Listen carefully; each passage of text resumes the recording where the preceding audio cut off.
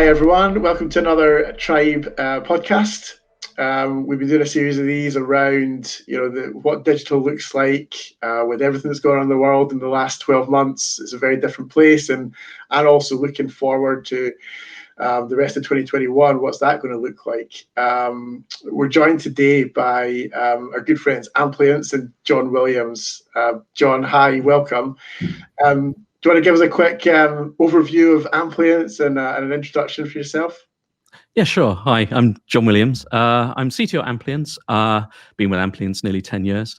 Before that, I was working in agency for 10 years. Amplience is a Mach-based architecture CMS, so we're a headless CMS, in other words. And we deliver content and media to some of the largest retailers in the world. Thanks for joining us, John. So, obviously, you guys are in an interesting space in the world of CMS, etc. And you've done a lot of interesting work around insights from, what things look like in terms of traffic behavior, customer engagement, interactions. From your point of view, what did peak look like in particular? From a customer engagement perspective, and looking at Black Friday 2020 versus previous Black Fridays, what was the kind of Ampliance take on that? Yeah, I mean, Black Friday for us is always huge because most of our customers are retail, e-commerce customers, so you always have that uptick on Black Friday. But this Black Friday was actually incredible. I mean, we did nearly 40% more traffic this Black Friday than we did the previous Black Friday. Even in just November, we did in the order of 224 billion requests. Black Friday, we did, about 14 billion requests. That was it. 14 billion requests we did on Black Friday, just in that day alone. And at one point in time, we had something like 308,000 requests per second. I mean, that's the kind of volumes that we were pushing through the platform. So it was pretty incredible. I mean, we were a bit on the fence of whether we would have the same sort of spike in Black Friday with COVID, some of the restrictions, lots of promotions done before Black Friday, but actually across the board in every locale, we had that sort of 40% increase in traffic. As opposed from the previous sort of 2019 numbers. Yeah, that's a massive shift, and obviously that was amplified, I guess, by the fact that there was that lockdown announced literally 3-4 weeks before Black Friday, so it was almost entirely digital, wasn't it? Yeah. What did you see? There's been a lot of conversations around changes in device usage and mobile. Obviously there's been a huge move towards mobile over the last 5 years, a decade even.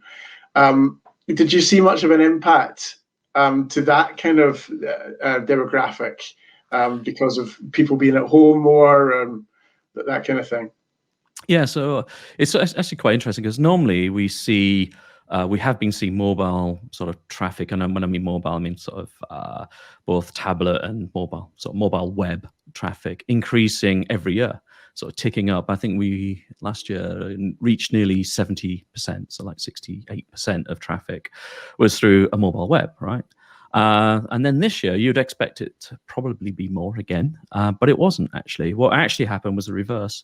Desktop traffic actually increased by 6%. So it kind of started to balance out, and maybe it's to the fact that now people are working at home. They're using their laptops more. Instead of being on a train or a bus or traveling into commuting into work, using their mobile to kind of navigate the web. More and more of what they're doing is on their laptop. So perhaps they're spending more time on their sort of desktop, their laptop, kind of doing their job, but also going on and navigating through sites and doing a bit of online shopping first thing in the morning or in the evening. So it was quite surprising, but yeah, it was a big uptick. But it shows that you have to really think about not just being in one particular channel.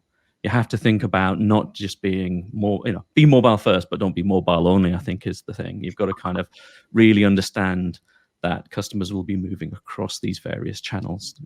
So who knows what will happen once we get out of a lockdown, right?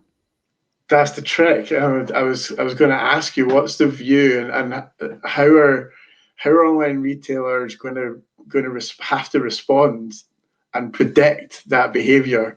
Like, because we don't know when things open up. There's a lot of discussion around hybrid working, isn't there? Yeah. It'll be sometime in the office, sometime at home. But what is that going to mean in terms of online shopping behaviors? Do you have a view on that? Or, I mean, it's got to be guesswork to an extent, but what's your guess?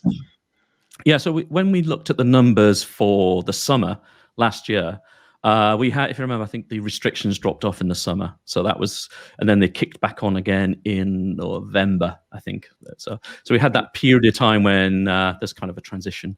What we've seen, the numbers did dip a little bit, but not a huge amount, actually. So it looked like what has actually happened is that online is becoming the mainstream channel, actually. And that although stores were open, the experience in stores, I think, with the restrictions that have been in place, are not necessarily great experiences right now, right? Wearing a mask, having to do the social distancing. I think there's a lot of effort, and sometimes even queuing outside the stores if it's getting busy. That sort of shopping experience you had before hasn't been the same. So, and I think people have got used to actually using online channels. There's far more people using online generally than there was before. So everyone's getting used to that as a primary channel. And we kind of see that in some of the numbers. We see peaks in the traffic where they match to things that are going on. So things like the Asian festival, Diwali, we've seen little peaks then. Even things like when the new Xbox and the PlayStation was released. You can actually see the patterns now in the online traffic, in our traffic, that we couldn't see before. It was only really Black Friday that we could really judge. Whereas now we actually see, at the weekends traffic going up and then dipping off. It's more predictable. So to me, that says that online is pretty much the mainstream channel. So. And I think that's really powerful, isn't it? Because the fact that you can now differentiate between those peaks and what those traffic profiles and behaviors look like gives the retailers power to make those predictions. And as we've said, some of it's going to be guesswork, but there is evidence now. There is, a year's worth of data that they can use to kind of start to forward plan and look at those nuances and work out how they can maximize that engagement.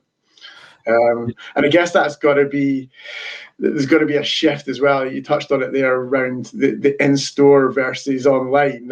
That can't be that anymore. It's got to be a holistic experience. Yeah. I mean, the old way of building, or I should say the traditional way of building a website, an e-commerce site, would be your homepage, some category landing pages, some search, followed by a product detail page, right? I mean, that's the kind of pattern, and it built around a funnel. And that's worked really well for a long time. But with the changes in sort of the consumer behavior online, we're seeing that people are not directly going to a homepage and following that same route anymore. Every page in the e-commerce journey is basically a landing page, particularly things like product details pages. So rather than be a fairly bland product, given product specifications, some nice imagery, and some commentary on the product, these are real opportunities now to become more richer in terms of being a landing page, so providing more information about the product, right? Because we have customers that are bricks and mortar and kind of clicks, and they don't have that. They don't have customers going seeing their assistants in stores, right, and giving them that advice on the product, and then maybe going online and buying it, or buying it in store. That kind of interaction has gone. And customers are looking for that online. So they're expecting to see that more in the product. So if you're buying a product in a certain category, you want to understand more about that category. Perhaps you don't buy that all the time. So you need to have more richer information in the product details page, as well as actually customers are expecting more, right? The younger generations are used to much more video. They're much more interaction. So product pages should also become a showroom for your product, not just a place you land and say buy or not buy, right? And just be the edge of the conversion funnel. They need to be much more engaging, provide that kind of richness of a showroom, but also give you the depth where necessary to help you understand the category and why you're buying that product, and inspire you and deal as a kind of a landing page. Yeah, that's definitely true, and I think there's a balance, isn't there? Because that rich content, delivering that, you've got to balance that with performance as well, which I know you guys are hot on. Obviously, it's what we're all about, and ensuring that landing point is fast, but also then from there you've got the engagement and the journey is frictionless and error free, and they can get through that and transact quickly and effectively, but also they're getting the experience.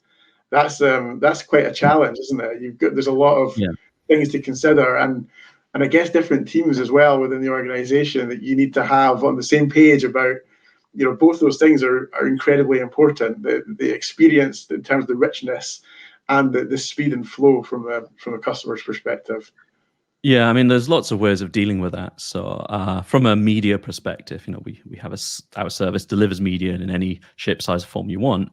And we've seen that although the images submitted into our system are getting larger and larger and larger as, devices have higher density for resolution and bigger screens, etc. We're seeing that the object size go down because customers are using the tooling to kind of make sure that they're sending the right image at that point in time, or the right video at that point in time, to reduce the amount of bandwidth that they're taking. The other thing is, moving towards a slightly different architecture, where if you're in kind of the Mac kind of headless architecture, you start delivering information and content in smaller chunks, and you can basically retrieve those pieces when you need them. So you don't have to do the old way of delivering an entire page of content with all of its markup straight away, right? Experience are becoming more app-like, so using things like PWAs to kind of deliver that experience means that you have better caching in the infrastructure. You're pulling content when you need it, and then if you've got a great imaging and media service, you can then customize and optimize the media that's being delivered at that point in time. So if you're on the kind of old world, it was literally fixed page template. You get what you get with a PDP. It renders it all out and then pushes it all up. Then there are definitely issues around performance. But in the newer world, where you're delivering it as an app and you're using services as opposed to the markup, you can definitely optimize that experience and get much more out of it. Yeah, absolutely. Yeah, from a content perspective, that's gold dust, isn't it? Making sure that it's going to be fast and seamless. And then from our perspective, it's like, make sure you're tracking it, make sure you're measuring it and monitoring it, so that anything that slips through the gaps picked up fast and can be addressed. Interesting, you talk about obviously PWAs and single page apps, etc. What's your view on the role of apps themselves? Do you think the changes in behaviours and channels will lead to, a resurgence in the apps to offer different experiences? Yeah, I mean, we've seen in our numbers that native apps actually increased a huge amount. So the amount of native app traffic was around about 13.5% of overall traffic, which is incredible, right? I mean, it's a huge amount of traffic. And we have a number of customers that have really good native apps. And it looks like their traffic is much more higher on the native app side than definitely the mobile web side. And I think that's the kind of more richness around the experiences in apps. I think also the customer experience in terms of buying is much more efficient in apps, right? Because you've got more of your details in there. You trust the app more, etc. But we're definitely seeing native apps increasing as well. So again, it's like you've really got to understand your channel mix. So everything from, are you delivering more to native apps? How are your customers using mobile web as opposed to desktop? And I guess for us, it's particularly powerful as using a Mac sort of headless CMS. It allows you to deal with that, right? You can create the same content and deliver to any channel without any degradation in the overall experience. So. Yeah. I think that's really key, isn't it? Understanding that mix, that profile, and across the channels and across the devices. And from our side as well, it's understanding the impact of that from the customer's eyes, but also further down the stack. What does it mean in terms of the whole ecosystem and the infrastructure underneath? Yeah. Make sure that you're testing that accurately. Yeah. So there's no gotchas. And again, going back to what we were talking about earlier around that data set that you've now got, using that as a prediction, and mapping it correctly and making sure that from a profiling perspective, your whole estate is going to stand up and deliver the experience it needs to at those critical times. Yeah, I mean, the testing side, like you said, is incredibly important because what we're seeing is more need for sort of personalization and contextualization around that experience. So although you can create the content and deliver it in any form that you want, and you can create all these great app experiences, you've got to really understand the audience, and you can only do that through the sort of analytics and the measurement to really pull that together to make sure you're delivering the right experience to the right person in the right context. Yeah, absolutely. Okay, well, I guess final question for you: do you have a single line, a parting thought, if you're going to offer words of wisdom for people, online retailers looking ahead to the coming 12 months? What would that be? Yeah, I think that the world, I think everybody keeps saying the same thing, so it's a bit of a cliche now, but the world has changed, right? And you need to think about the overall e-commerce journey in a different way, and break away from that old model. I know frictionless was the whole thing; it's all about getting you through the funnel, but I think the funnel is either inverted or it's kind of completely changed. I've had this chat several times where I see the e-commerce journey more like a sandwich, where you have your homepage and landing pages, which are really rich, engaging, help do your promotions, and then you have your product details page, which are also landing pages and showrooms for the product, and then you have the kind of search experience, which sits in the middle of the sandwich that does the joins, right? And that search experience has to be more than just navigating through data sets, but help you join the overall experiences from the various parts of the site. So I think it's just really thinking differently about the e-commerce journey. That just pulling out a set of standard templates, creating a standard funnel, and being the same as everybody else is not what consumers are looking for. They're looking for much deeper, richer experiences. So you need to think really carefully about how you want to deliver those. Yeah, no, really. Really insightful. I think I think that's going to stick, the e-commerce journey sandwich. That's it's a good part of the thought. John, thanks very much for your time. Really interested to speak to you. Cool. Yeah, thank you. Take care. Thanks. Bye for now.